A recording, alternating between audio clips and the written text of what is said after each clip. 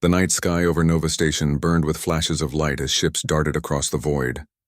The orbital docks were chaos, sirens howling, engines roaring, and alarms echoing through metal corridors. Humans and aliens alike ran for shelter, trying to escape the storm that had suddenly erupted from deep space. Commander Auric Vale stood on the observation deck, his eyes following one small shuttle weaving between the explosions. His hands were steady on the glass railing, but inside his heart pounded like thunder. "That's her," he said quietly. Beside him, Lieutenant Mira Juno frowned. "Sir, that ship's running dark. It doesn't have clearance codes." Auric's jaw tightened. "It doesn't need them. It's Captain Wren." Mira blinked. "The Wren?" "The thief. The deserter. The woman who stole our prototype core and vanished 6 months ago." Auric's voice was calm, but his eyes burned. Outside, the shuttle dived into the thick debris field near the station's broken ring. It was a mad maneuver. One mistake and she'd be vaporized, but she didn't make mistakes. Wren's hands moved over the controls like she was born with them. The small ship shook as fragments of metal scraped the hull. Sparks danced across the cockpit screens. "Easy, baby, hold together," she whispered to the ship. The core she had stolen, a glowing sphere locked inside a containment field, hummed behind her seat. It pulsed with a deep blue light, alive, aware, and watching her. Wren had told herself 100 times she'd stolen it for freedom, for humanity's freedom, not for herself. The Galactic Council wanted the core as a weapon, and she couldn't let that happen. But now the Council's ships were everywhere, hunting her down like a criminal. Her scanner beeped. A human warship had just left Nova Station. Its transponder read, "HSS Resolute, Auric Vale's ship." Wren felt her throat tighten. "Oh no," she whispered. "Not you." On the bridge of the Resolute, Auric watched her flight path. His crew waited for orders. "Bring the intercept course online," he said. "Sir, if we pursue her into the field, the ship might take heavy damage," Mira warned. "There's no stable path." "I'll find one," Auric said. His voice was calm, too calm. He had hunted pirates, smugglers, and rebels, but none of them had ever gotten under his skin like Wren did. Once she had been his best pilot, reckless, brilliant, and loyal. Until she wasn't. He looked out at the field of shattered metal, a graveyard of ships that had died long ago. She can't hide forever. Wren darted between the spinning wrecks. Her fingers danced on the thrusters. Each turn, each burn was instinct. The Resolute's radar sweep passed dangerously close, but she stayed hidden behind a drifting cruiser hull. She whispered to herself, "You're not catching me this time, Auric." But a voice from the comm shattered the silence. "Wren," said a calm, familiar tone. Her blood ran cold. "Wren, it's me," Auric continued. "You're not going to make it out of here. Power down and surrender the core." Wren's jaw clenched. She switched on her transmitter. "You always were a terrible liar, Commander. You're not here to arrest me. You're here to prove you were right." "Maybe I am," he said. "But you're not the hero you think you are." Wren laughed softly, a sad, tired laugh. "Then maybe I'll just have to prove you wrong again." On the Resolute, Mira glanced at her commander. "She's taunting you, sir." "I know," Auric said. "Why not just disable her engines?" "Because she'll blow the core if she thinks she's cornered." Mira hesitated. "That's suicide." Auric's eyes stayed on the view screen. Wren doesn't bluff. He remembered the first day he met her, back on Luna training base. She had stood at attention, cocky smile on her face saying, "Catch me if you can." Commander, and now across the stars, she was still running. The chase stretched into the asteroid belt.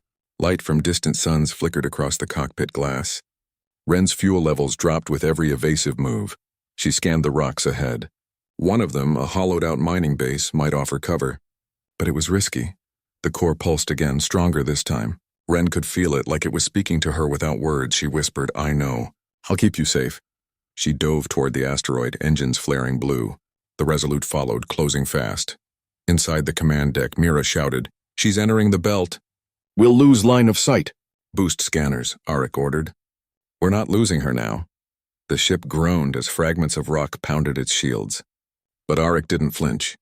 His eyes were fixed on the hollow asteroid. He muttered, "You always hide in the storm, Wren. Always." Wren guided her shuttle through the narrow tunnel inside the rock. The engine screamed. The walls were so close that even a small mistake would destroy her. She finally slowed down inside a dark chamber filled with old mining drones. She landed quietly and shut down her power systems. The ship went dark. For a moment there was only silence, just her breathing and the faint hum of the core. Then she heard a faint echo through the comms. Aric's voice again. "You can't hide forever, Ren." Ren's fingers tightened on the controls. "You keep saying that," she whispered. He replied softly. "What if I catch you?" Ren froze. His voice wasn't angry, it was calm, tired and sad. She closed her eyes. Memories hit her like a wave. Training missions, late-night talks, shared laughs before the war. "You won't," she said at last. "You never could." She cut the comm link and powered down completely. Outside the asteroid, the Resolute slowed to a crawl. The scanners showed nothing, just rock and dust. Mira turned to her commander. "She's gone dark. We can't track her." Auric stared at the hollow rock, silent for a long time. Then he said quietly, "No, she's in there. She's always one step ahead, but she never runs without purpose." He turned away from the window. "Lock orbit around the asteroid." "We wait," Mira frowned. "Wait for what, sir?" "For her to make her next move." He looked back at the asteroid, eyes hard as steel. "She thinks she can outfly me. But this time I'm not chasing her. I'll make her come to me." Inside the asteroid, Ren sat in the dim cockpit. She stared at the blue light of the core as it shimmered softly in the dark. The hum felt almost like a heartbeat. She knew Auric wouldn't give up. He never had, and deep down she didn't want him to. Her lips curved into a faint smile. "You really think you can catch me, Commander?" she whispered. The core pulsed brighter, almost as if it understood her challenge. "Then come and try." The asteroid belt drifted quietly around the twin suns. From the outside, it was calm and lifeless. But inside one of those giant rocks, a chase had turned into a waiting game. Commander Auric Vale stood in the dim command center of the HSS Resolute, watching the asteroid on the screen. The ship's engines were silent, hidden behind a cloak field to avoid detection. It had been 30 hours since Captain Wren vanished into the hollow rock. 30 hours of silence. No signals, no movement. Lieutenant Mira Juno leaned over her console. "Sir, sensors still can't find any trace of her ship. It's like she disappeared completely." Auric didn't answer right away. His eyes stayed locked on the asteroid's jagged outline. "She's still in there," he said at last. "She's waiting for me to make a mistake." Mira frowned. "You sound like you know her too well." Auric gave a small, tired smile. "I do." Inside the asteroid, Ren sat in her small, silent cockpit. The lights were off to conserve power. Only the faint blue glow of the core illuminated her face. She hadn't slept. Her mind replayed Auric's last words over and over. "What if I catch you?" She sighed softly. "You always loved a good chase, didn't you?" she said to herself. The core pulsed again, stronger this time. Ren felt a vibration through the floor. She reached toward it, her hand hovering near the containment field. "You're not just a weapon," she whispered. "You're alive, aren't you?" The hum changed, faster, sharper, like it was answering her. She had stolen the ether core because the Galactic Council wanted to use it to power warships capable of wiping out entire fleets. But when she first touched it, she'd felt something strange, a presence almost human. Ren believed it wasn't meant to destroy. It was meant to create, to connect. And now, as she sat in the dark, she realized the core was growing stronger. That meant it was feeding on something nearby. On the Resolute, Mira's screen flickered. "Commander, we've got faint energy readings coming from inside the asteroid." Auric straightened. "Her ship?" "I'm not sure. It's irregular, like something's alive in there." Auric's brow furrowed. "Alive?" "Biological energy mixed with high radiation signatures," Mira said. "Nothing like I've seen before." Auric turned toward her. She activated the core. Mira blinked. "But sir, that thing could destabilize the whole asteroid if it overloads." "Exactly," Auric said. "And if she loses control, we'll all go with it." He pressed a button on his console. "Prep the landing team. I'm going down there." "Sir, that's not protocol." "I know," he interrupted. "But if anyone can talk her down, it's me." Ren worked quickly, checking the ship's systems. The ether core's glow filled the small cabin. Her scanners showed the energy field spreading through the rock around her, almost like veins of light crawling outward. She whispered, "You're trying to reach something, aren't you?" Suddenly her proximity alarm beeped. A signal appeared. Resolute shuttle approaching. Her heart jumped. Auric. She stared at the radar for a long moment, her mind racing. He wouldn't send a team. He'd come himself. Wren's hands trembled as she reached for her pistol but then stopped. No, she couldn't fight him. Not yet. Instead, she powered down the core's glow, dimming the light until the cockpit sank into shadow again. Auric's boots crunched against the asteroid's dusty surface as he stepped out of the shuttle. The air was thin, cold, and filled with static from the core's radiation. Mira's voice came through his earpiece. Commander, readings are unstable. You've got maybe 15 minutes before the radiation spikes. Understood, Auric replied. He followed his scanner deeper into a narrow tunnel. The deeper he went, the brighter the faint blue light became. When he entered the main cavern, he froze. Wren's ship stood in the center, bathed in soft light. The blue energy from the core pulsed across the walls like flowing water, and there she was, Wren herself, standing at the open hatch, watching him. For a moment, neither spoke. The silence was heavy.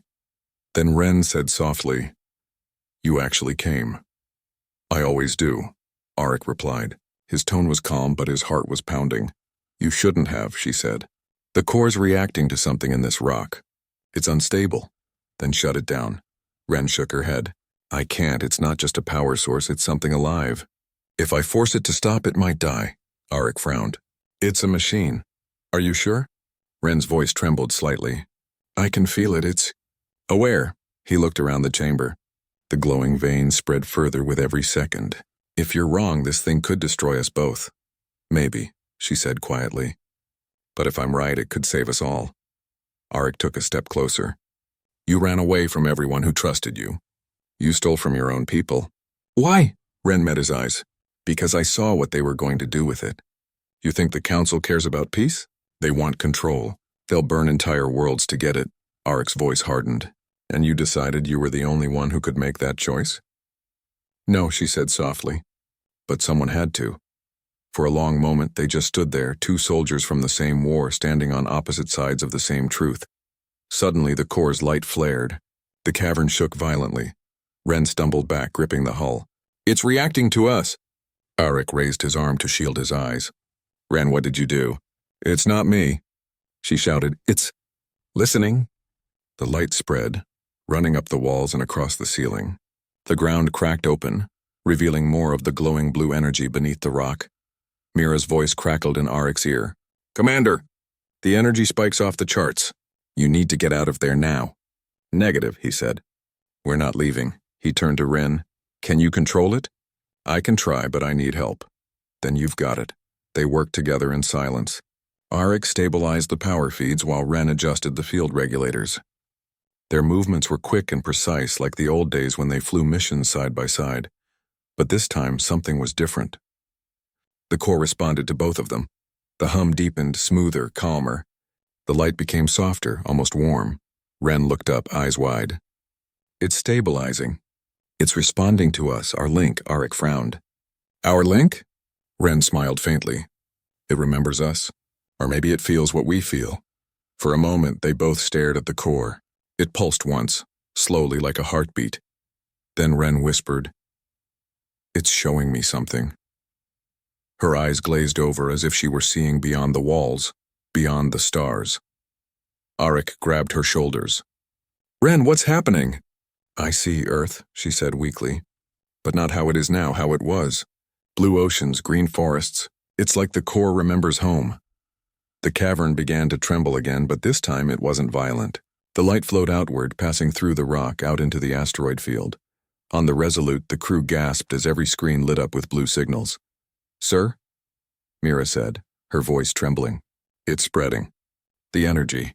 It's healing the damaged satellites, repairing the wrecks. It's bringing them back online." Auric stared at Wren. "You were right." Wren smiled weakly. "I told you. It wasn't meant to destroy." The core's glow began to dim, the energy calming. Wren's ship hummed softly, stable once more. Auric exhaled slowly. "You did it." "No," she said quietly. "We did." They stood in silence as the last of the light faded. For the first time in years, there was no anger between them, only understanding. But then Aric's comm crackled again. "Commander," Mira said urgently. "Galactic Council fleet incoming. They've tracked the signal." "Ita, 10 minutes." Ren's expression darkened. "They're coming for the core," Aric nodded. "Then we're not giving it to them." Ren smiled faintly. "So what now?" He looked at her ship, then at the glowing blue sphere. "Now," he said quietly, "we make sure humanity keeps what's ours." The warning sirens echoed through the cavern. Red lights blinked on Aric's wristcom as the message repeated again and again. "Council fleet approaching." The blue glow of the ether core dimmed to a calm heartbeat inside the chamber. The trembling had stopped, but the danger had only begun. Ren stood beside the humming sphere, her face pale but steady. "They're coming fast," she said. "We can't fight a whole fleet." Aric turned toward her, his eyes cold with focus. "We won't fight them head-on. We'll outthink them." She gave a tired smile. "Still the same Aric. Always the strategist." "And you," he said softly. "Still impossible to catch." Ren laughed once under her breath. "You keep trying anyway." Above the asteroid, the Resolute hung in orbit. Lieutenant Mira Juno watched the scanners with growing dread. Dozens of red dots appeared. Council warships closing in formation. "Commander," she said over comms, "they'll be in range in 8 minutes. Aric's voice came back through the static. "Copy that. Prepare remote launch protocols and route all power to stealth shields. We're not letting them see what's in here." Mira frowned. "Sir, if they scan the area, they'll detect the core's energy no matter what we do." "Not," Aric said, "if we make them look somewhere else." Down below, Aric placed his hand on the core's smooth surface. "Ren, can you control it now?" "I think so," she replied, watching the soft blue light ripple under his palm. "It listens when I focus. Maybe when we both do." "Then we'll give the council something to chase," Aric said. "Can you project its signal away from here? Make it look like it's escaping?" Ren thought for a moment, then nodded. "If I link the field regulators to my ship's engines, the core can echo its signature out into space." "Good. Do it." She hesitated. "You realize that will overload my ship?" He looked at her evenly. "You always did have a habit of breaking the rules." Ren met his gaze, then smiled faintly. "Fine. Let's make some noise." Minutes later, her small shuttle roared back to life. The engines glowed bright white inside the cavern as Ren rerouted the core's energy into the ship's drive. The ether core pulsed faster, its hum turning into a deep, resonant tone that filled the chamber. Mira's voice came over the comm. "Sir, massive power surge detected. What are you doing down there?" "Sending our friends a present," Aric replied. "Transmit false coordinates to the council fleet. Say the core just jumped toward the far side of the belt." Ren's fingers flew across the console. "Signal's ready," Aric nodded, then lighted up. Outside the asteroid, a sudden beam of blue light shot through the debris field like a comet. It streaked across the dark toward empty space, its energy reading identical to the ether core. On the council flagship, Admiral Saros 10 watched his display flash bright. "We have it," he barked. "All ships pursue the energy signature now." Within seconds, 20 warships turned and accelerated after the false signal, leaving the asteroid behind. Inside the cavern, Ren and Aric watched the scanners as the red dots vanished one by one.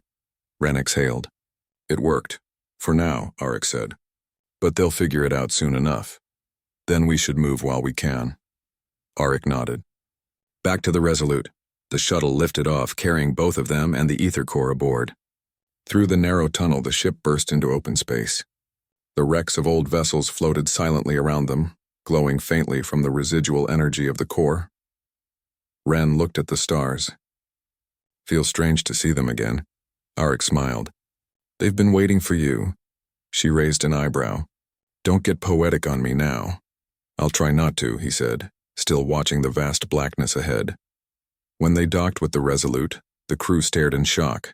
Many hadn't believed the stories about the rogue captain. Mira met Ren at the airlock, hesitating before saluting. "Welcome aboard, Captain," she said carefully. Ren nodded. "Thanks, let's just hope your commander doesn't regret it." Mira gave a small smile. "He never does," Aric's voice interrupted. "We don't have time for introductions. The fleet will return once they realize they've been tricked." Ren placed her hand on the core's containment field as it was moved into the main lab. Then we need to finish what we started. Hours passed as the Resolute glided through the quiet void. The crew worked fast to stabilize the core's power, connecting it safely to the ship's systems. For the first time, Auric allowed himself to breathe. Ren stood beside him at the viewing window, the blue light reflecting in her eyes. "So what now?" she asked. He answered, "We take it back to Earth. The Council will follow, but if humanity controls the core first, they can't use it against us." Ren frowned. "You really think Earth can protect it? The Council has hundreds of fleets." Auric shook his head. "Not protect it. Understand it. Humanity made the first leap to the stars because we were curious, not afraid. The core belongs to that same spirit." Ren studied him quietly. "That's why I liked serving under you." He smiled faintly. "Liked?" She looked away, pretending to focus on the stars. "Don't push your luck, Commander." Suddenly, the alarms blared again. Mira's voice came through the intercom. "Commander!" "They're back." 2 Council cruisers broke formation early. "They're on intercept course." Auric's expression hardened. "How long until they're in range?" 3 minutes. Ren moved to the helm. "Then let me fly. You know I'm faster than your autopilot." Auric hesitated, then nodded. "All yours," she grinned. "Try to keep up." The Resolute surged forward, its engines burning bright blue as Ren pushed the throttle to maximum. The ship weaved through floating wreckage and asteroid fragments with impossible precision. "Shields at 60%, Mira reported. They're locking weapons." Ren twisted the controls sharply. Laser fire streaked past them, exploding against the debris field. "Hold steady," Auric shouted. "I am steady." Ren yelled back, though her hands trembled slightly from adrenaline. She banked hard around a spinning battleship husk. The enemy cruisers followed, firing relentlessly. Auric looked at the tactical display. "We can't outrun them forever." Ren's eyes darted to the glowing ether core behind them. "Maybe we don't have to." She slammed a sequence into the console. "The core can channel its energy through the ship's drive, right?" "Ren, that's untested," Auric said. "Everything we do is untested," she replied. "Trust me." Before he could argue, she triggered the jump. The Resolute vanished in a flash of blue light. For a split second, every star stretched into infinity.